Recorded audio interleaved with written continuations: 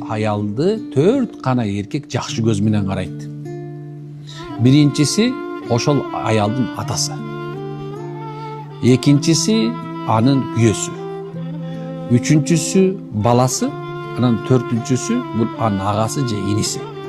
Бирок башка эркектер аны мындай бир предмет катары көрүшү мүмкүн. Мындай айтканда предмет наслаждения деп коюшубуз мүмкүн. Туурабы?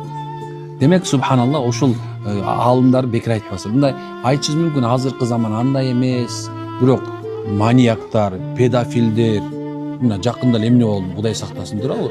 Мисалы, мына ушулардын баары бар экенин, бул фитна экенин унутпашыбыз керек экен. Ошол себептен аял кишинин субханалла мейли күндүзү жүрө турган болсун көчөдө, күндүз болуп жок, асырдан кийин, күн батып калган мезгилден кийин көчөдө жүрүшүн деген негизинде эле шарияттан дагы жалпы эле акыл, парасаттуу, мындай акылдуу адамдар жактырган эмес экен. Түшүнүп атасыздарбы? Демек, ушул мындай айтып атат экен.